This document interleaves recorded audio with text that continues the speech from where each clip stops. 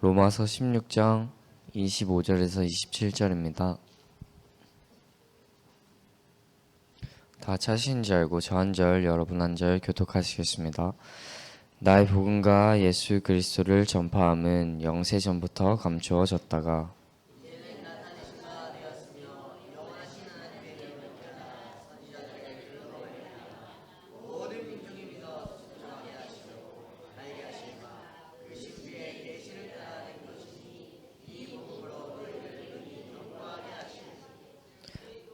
다 같이 읽겠습니다. 지혜로우신 하나님께 예수 그리스도로 말미암아 영광이 세세 무궁하도록 있을지어다.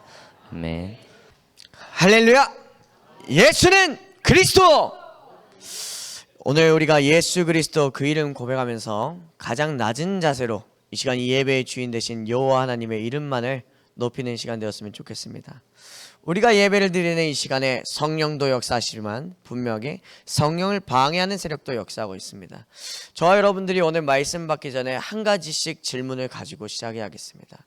오늘 말씀을 통해서 하나님께서 나에게 어떤 답을 주시기를 원하시는지, 또 어떻게 나에게 힘을 주시기를 원하시는지, 어떤 말씀을 가지고 현장에 빛을 비추길 원하시는지, 오늘 거기에 대한 해답을 저와 여러분들이 찾아갔으면 좋겠습니다.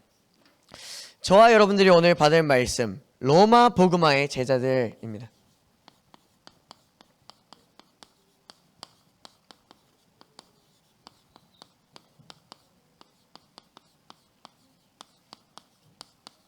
본문 말씀은 로마서 16장 25절에서 27절 말씀을 우리가 오늘 합독했습니다. 그렇다면 오늘 우리가 본문 말씀을 다 같이 읽었는데 하나님께서 저와 여러분들에게 주시고자 하는 말씀이 무엇일까요?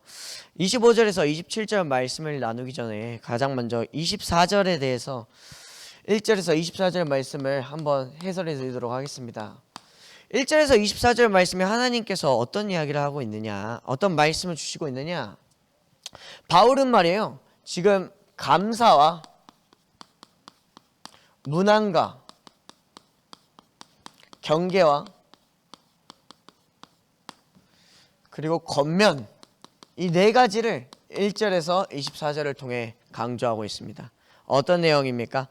자신과 함께 복음을 위하여 목숨까지 내놓았던 제자들, 자신과 함께 예수 그리스도를 증거하기 위하여 함께 사역했던 제자들에게 감사하다, 그리고 문안하고 있고, 또 어떤 이야기를 하고 있냐면 편지를 통해 감사하고 문안에 대한 내용을 전달하면서 교회를 분열시키는 사람들을 조심하고 우리의 상태가 교회를 분열시키는데 쓰임받지 않도록 거기에 대해서 경계하라 라고 이야기를 하고 있습니다. 또 마지막으로 또 무엇을 이야기하냐면 복음 가진 우리가, 정말로 우리가 가진 영원한 천국 배경이라는 이 진리, 예수 그리스도라는 그 은혜 속에서 그리스도인의 삶으로 순결하게 살아갈 것에 대해서 권면하고 있습니다. 구원받은 우리가 쉽게 말해 하나님 자녀로서 예수님께서 살아가셨던 그 여정, 어떻게 따라가야 될지, 우리 후대들에게 어떠한 이정표들을 남겨야 될지, 그 성화에 대한 삶을 권면하고 있는 것입니다. 그 다음 두 번째로 25절 말씀에는 어떤 이야기를 하고 있냐면 하나님이 계획하신 구원의 역사, 25절에서는 분명하게 이야기하고 있습니다. 이 복음은 우리 인간이 만들어낸 게 아니다, 우리 인간이 지어낸 게 아니다. 이 복음은 하나님께서 분명하게 영세전부터 저와 여러분들을 구원하시기 위하여 계획하신 하나님의 구원의 역사다 라고 이야기를 하고 있습니다. 26절에는 무슨 이야기를 하고 있냐면 이제는 이 복음이 모든 민족들에게 믿음으로 받을 수 있는 선물로 주셨다. 우리가 받은 이 복음, 우리가 받은 이 구원은 오직 믿음으로 말미암아 모든 민족에게 하나님께서 예배하시고 이제는 드러난 생명의 복음이라고 이야기를 하고 있습니다. 그리고 그것은 우리에게 아무 조건 없이 주어진 선물이다 라고 바울을 통해서 말씀하시고 계시죠. 마지막으로 27절 말씀은 모든 구원의 역사와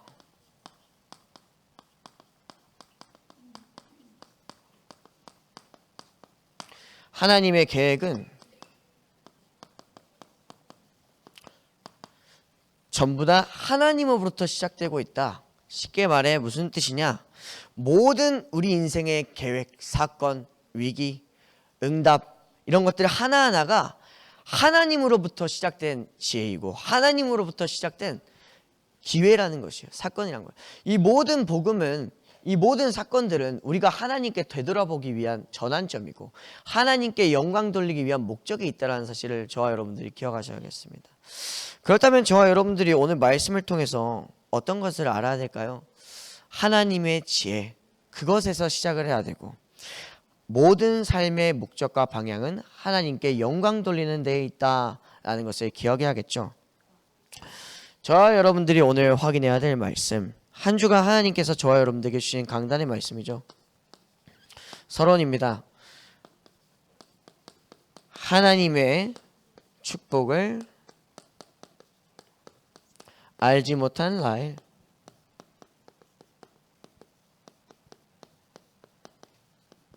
본문 말씀은 창세기 30장 1절에서 24절 말씀이었습니다. 하나님의 축복을 알지 못한 라헬, 대체 어떤 말씀을 우리에게 주셨었나요? 포인트로는 라헬은 알지 못했습니다. 무엇을 몰랐죠? 야곱에게 하나님께서 함께 하신다는 사실을 몰랐습니다.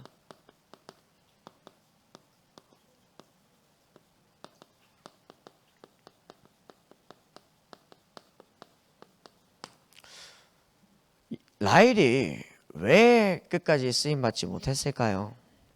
라헬은 어떤 것을 몰랐나요? 라헬은 무엇이 축복인지 알지 못했습니다.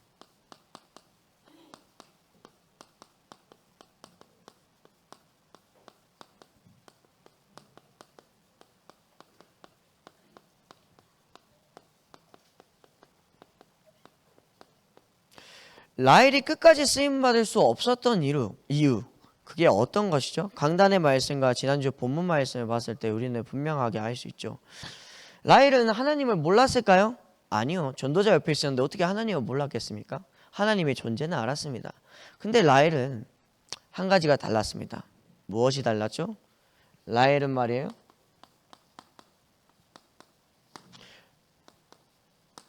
오직이 되지 못했습니다. 오직 복음, 오직 그리스도, 오직 하나님이 아니라 라헬은 말이에요, 혼합신앙 속에 빠져 있었습니다. 그 증거가 어디 있느냐라고 물어보신다면 창세기 31장 32절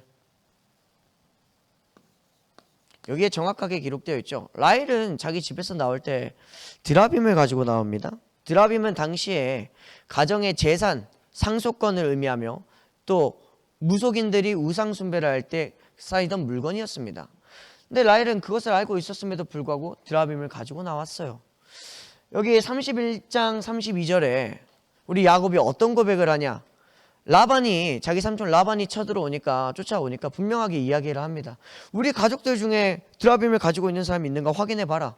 만약 우리 가족 중에 드라빔을 가지고 나온 삼촌의 신을 가지고 온 사람이 있다면 그 사람은 살아남지 못할 것이다 라고 분명하게 삼촌의 신이라고 이야기를 하고 있습니다.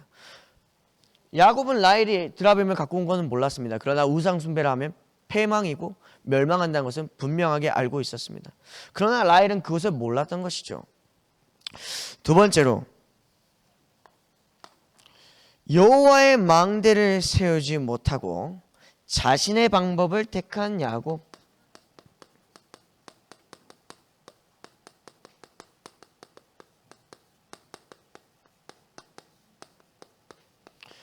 중요한 점은 여호와의 망대를 내 안에 세우지 못했었다라는 내용입니다. 여호와의 망대를 세우기 전까지 야곱은 자꾸만 자신의 방법을 쓰게 되죠. 그랬더니 어떤 일이 일어나죠? 일생의 대부분을 말이에요, 물론 처음부터 끝까지는 아니었습니다. 일생의 대부분이었습니다. 속고 속이고 종노릇하며 살게 되죠. 자기가 자기 아버지와 형을 속였던 것처럼 거울치료라고 하죠. 그대로 자신에게 돌아옵니다. 여호와의 망대가 내 안에 세워있지 않았기 때문에 야곱은 자신의 방법으로 문제가 다가왔을 때, 현실이 다가왔을 때 내가 먼저 앞설 수밖에 없었던 것입니다. 그런데 말이에요, 이 결과 어떻게 됐죠? 결국 야곱에게는 매 순간 인본 문제라는 자신의 영적 문제와 가정의 분열, 가정의 문제라는 결과가 찾아오게 되죠. 세 번째로 우리가 깨달아야 될 것, 야곱의 인생을 봤을 때 대부분이라고 했습니다. 결국 이 야곱도 정신을 나중에는 차렸습니다. 하나님은 어떤 사람을 쓰시나요? 하나님은 하나님을 택한 백성을 사용하신다.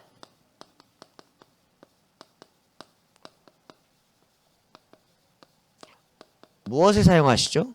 하나님의 뜻을 이루는데 하나님을 택한 백성을 사용하신다.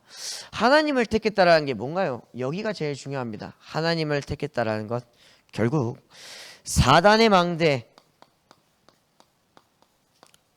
무너뜨리고 내 안에 나중심의 망대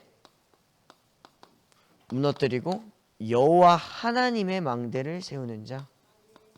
아멘. 대표적인 인물로 지난주 강단 말씀에 요셉 이야기하셨죠. 그리고 또 오늘 강단 말씀 본문에 그리고 내용의 주인이었던 야곱은 고난을 기회로 바꿔서 결국에는 하나님께 돌아가지 않았습니까? 이 내용이 창세기 45장 7절과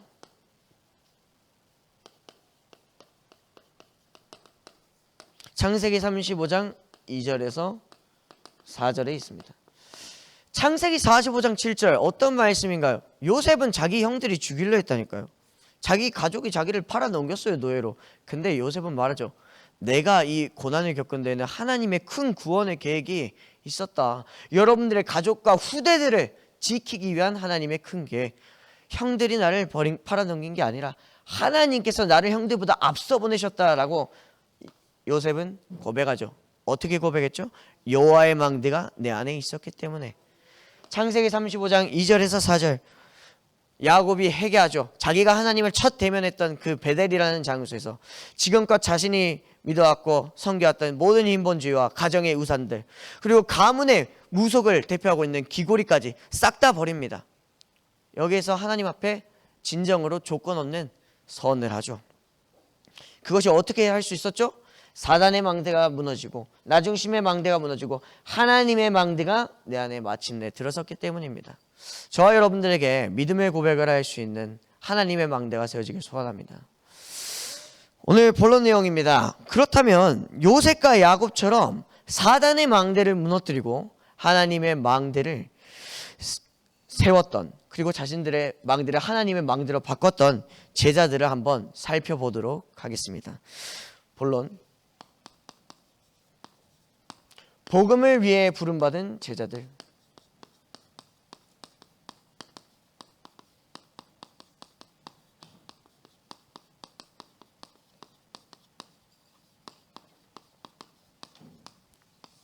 복음을 위해 부름받은 제자들, 어떤 사람들이 있었죠? 오늘 로마서 16장에 나오는 사람들입니다.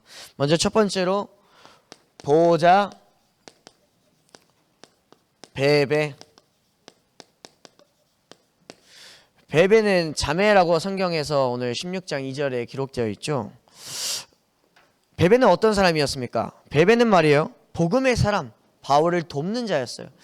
베베의 정확한 직분은 성경에 기록되어 있지 않지만 당시에 이제 신학자들이 추정하기로는 집사로 추정하고 있습니다. 여성 집사로 추정되고 있는데, 이 베베는 어떤 사람이었냐면 전도자 바울을 그리고 복음의 사람들을 돕는 자였어요.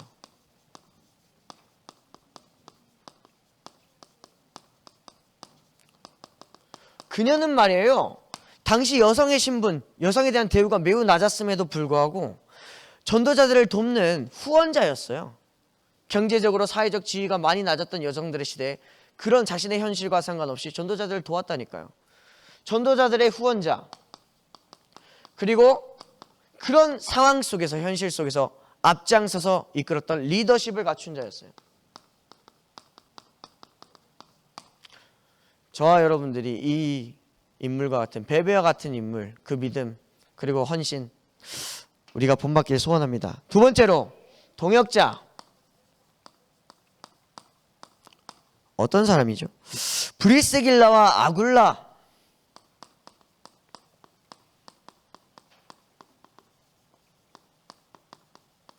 브리스길라와 아굴라는 전도자 바울을 위해서 목숨까지도 내놓았다라고 오늘 본문 말씀에서 이야기를 하고 있습니다. 로마서 16장 3절에서 4절, 정확하게는 4절 말씀에 기록되어 있습니다.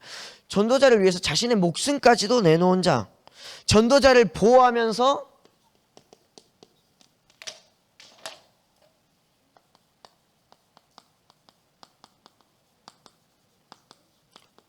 하나님께 영광 돌리는 가정의 교회를 세운 자.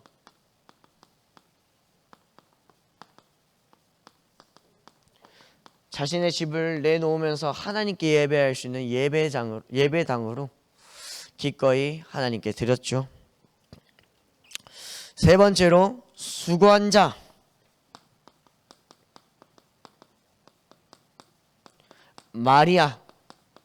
마리아라는 이름은 당시에 너무나도 많았습니다. 여러분들 착각하시면 안 됩니다. 이 마리아는 여러분들이 알고 있는 예수의 어머니 마리아가 아닙니다. 이 마리아는 성경 속의 무명의 인물, 무명의 여성 마리아, 무명의 여성 성도, 무명의 여성 제자 마리아를 말하고 있습니다. 로마서 16장 6절에 기록되어 있고요. 이 마리아는 어떤 사람이었냐면 수고한 자로 교회 안에서, 삶 속에서, 현장 속에서 하나님께 그리고 성도들에게 헌신과 봉사로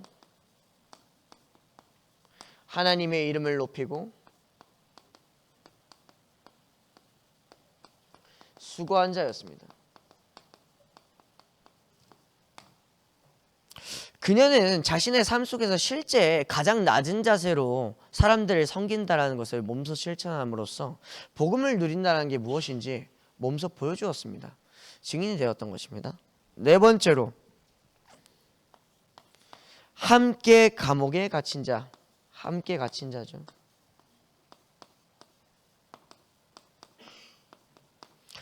안드로니고와 유니아입니다.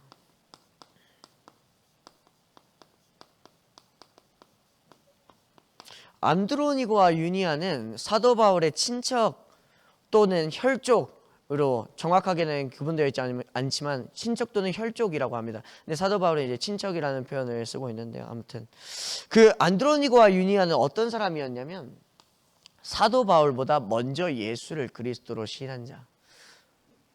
사도 바울의 혈족이라는 게 무슨 뜻인지 아세요? 쉽게 말해 사도 바울과 똑같은 유대인이었다는 겁니다. 예수를 핍박했던 유대인. 근데 사도 바울보다 먼저 예수를 그리스도라 시인했던 이들이 바로 이들이었습니다. 이들이 뭐라고요? 함께 갇힌 자. 어디에? 함께 사도 바울과 감옥에 갇혔던 자. 예수 그리스도의 복음을 핍박하던 그 시대에 목숨 걸고 복음을 전하며 고난 속에서 복음을 위해 싸운 사람들.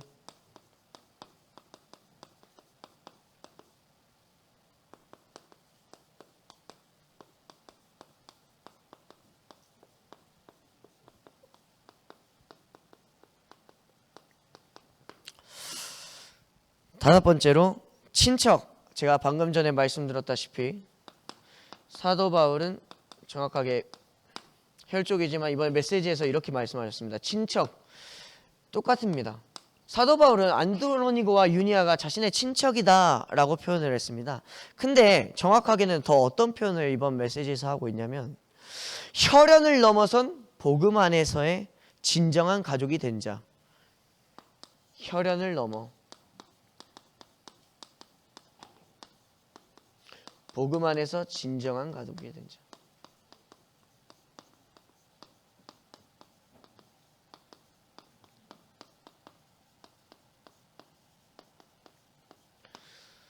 자신의 육신의 삶과 현실과 상관없이, 자신의 가졌던 배경과 상관없이 그 모든 것들을 다 포기하고 내려놓고 하나님 나라를 위해 자신과 함께 뜻을 한 자들, 하나님의 사랑을 몸소 실천하고 하나님의 구원의 그 계획을 몸소 나타낸 자들, 그들은 피로 이어진 가족들보다 그것을 넘어선 관계라고 사도 바울은 표현하고 있습니다. 저와 여러분들이 예수 그리스도로 말미암아 구원받고 오늘 이 자리에 와 있습니다. 그 말은 즉슨 저와 여러분들은 피보다도 더 진한 복음으로 맺어진 관계입니다. 이 사실을 알고 앞사람, 옆사람, 뒷사람 다 사랑으로 보듬어 주시면서 매일 안부도 좀 물어보시고 문안도 좀 하시고 감사하시고 선물도 주시고 칭찬도 하시고 축복도 하시는 저와 여러분들 되었으면 좋겠습니다. 네, 6번째로 인정함을 받은 자 아벨레.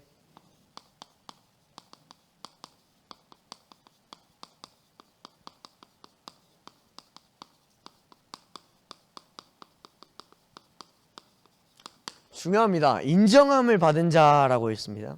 아벨레는 인정함을 받았다라고 했는데 어떤 사람이었냐면 아벨레는 직분이 성도였습니다.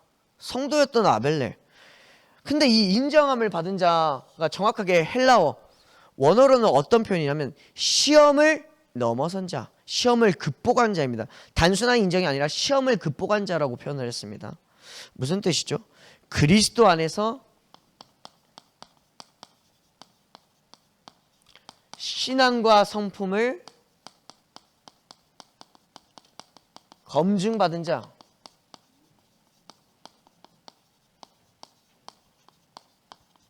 정말 어떤 문제가 오고 어떤 위기가 와도 이 사람은 흔들리지 않았다라는 거예요. 그걸 넘어섰다라는 거예요. 그거를 복음으로 증명했다라는 거예요. 그 안에 하나님과 함께하는 비밀이 누려졌다는 거예요. 직분은 성도였음에도 불구하고 말이죠. 엄청나게 대단한 믿음의 인물이었던 것입니다. 저와 여러분들이 이 신앙과 성품 본받길 소원합니다. 7번째, 식주인 가이오.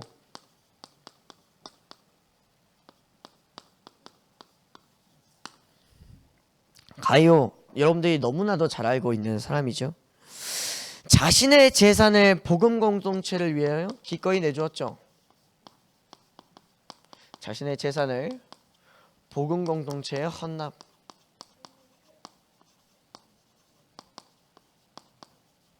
많은 사람들이 가이오는 산업인이다, 단순히 이 정도만 알고 있을 수도 있습니다. 가이오는 단순히 경제적 후원자가 아니었습니다. 가이오도 마찬가지로 자신의 가정, 자신의 집을 오픈하여 교회로 쓰임받도록 하나님 나라의 일을 위하여 재산이라고 했어요. 재산에는 물질과 부동산 모든 것들이 포함되잖아요. 하나님 나라를 위하여 자신의 모든 것을 내어준 식주인, 그게 가이오였던 것입니다. 그게 산업인 가이오였던 것입니다. 저와 여러분들이 오늘 7가지 인물들을 보면서 복음을 위해 부름받은 제자들, 하나님은 저와 여러분들을 무엇을 위해 불렀을까? 그리고 어떠한 모습으로 불렀을까? 내가 하나님께 쓰임받을 수 있는 방법과 모습은 어떤 모습이 있을까? 거기에 대한 질문과 답을 찾아가는 오늘 시간이 되었으면 좋겠습니다. 결론입니다. 오늘 말씀 통해서 하나님께서 저와 여러분들에게 주시는 결론 무엇일까요? 이 수많은 사람들, 그리고 요셉과 야곱, 그 밖에도 성경에 많은 사람들 있죠. 이 사람들이 어떤 문제가 와도 괜찮았던 이유가 무엇일까요? 그것은 바로 이들에게 5가지의 확신이 분명하게 있었기 때문입니다. 이들은 확신이 있었습니다. 어떤 확신이 있었을까요? 첫 번째로 구원의 확신. 누가 뭐라 해도 한 번 죽는 것은 정해져 있다라고 했습니다. 그리고 그 후에는 심판이 있다고 했습니다. 천국 아니면 지옥에 갈 수밖에 없는데 예수 그리스도가 아니고서는 우리는 천국에 갈 수 없습니다. 하나님 만날 수가 없습니다. 예수 그리스도가 아니고서는 우리는 원래 인간의 형상, 하나님의 형상 회복할 수 없습니다. 하나님과 끊어진 그 관계 단절 회복할 수 없습니다. 그들은 구원의 확신, 나는 하나님의 자녀다. 분명한 정체성 가지고 있었죠. 두 번째로 기도응답의 확신.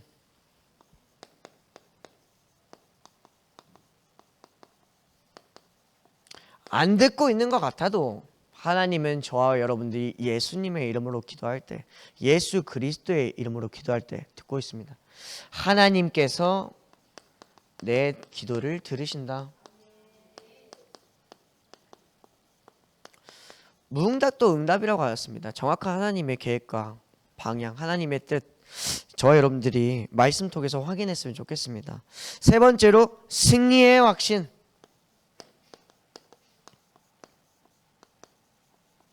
내가 하나님 떠났던 모든 과거, 내가 실패했던 모든 상황, 내가 받았던 상처, 어려움, 그 모든 것들은 발판이 되었습니다. 모든 문제는 발판이 된다.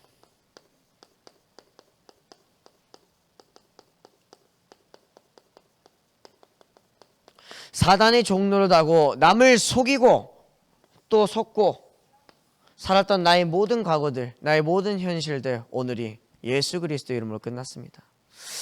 네 번째, 사죄의 확신.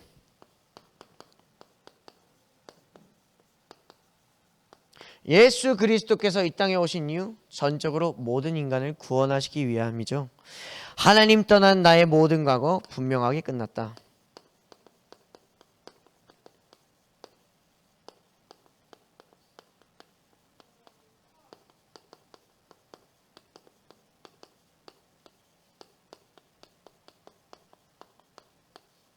마지막으로 다섯 번째, 인도의 확신입니다.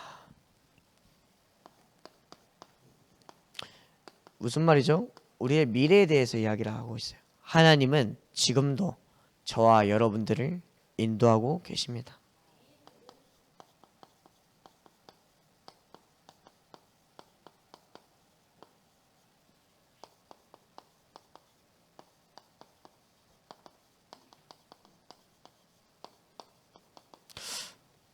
감사합니다. 기도하겠습니다. 지금도 살아계신 아버지 하나님 감사합니다.